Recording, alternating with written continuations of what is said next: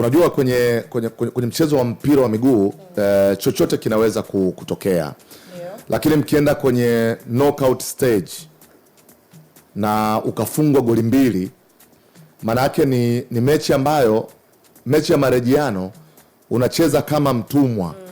Kwa sababu unajua ili kuqualify unahitaji kushinda kuanzia goli mbili na kuendelea. Ukipata goli mbili maana yake utakuwa umelevel on aggregate.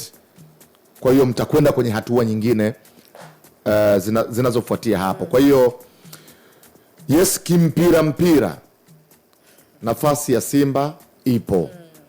Lakini kiuhalisia kuna namna imefifishwa na matokeo ya jana. Goli mbili nyingi. Tumewahi kuona timu nyingi zikipindua matokeo ya mtindo huu, lakini kinahitajika kila kitu kuwa kiko sawa sawa.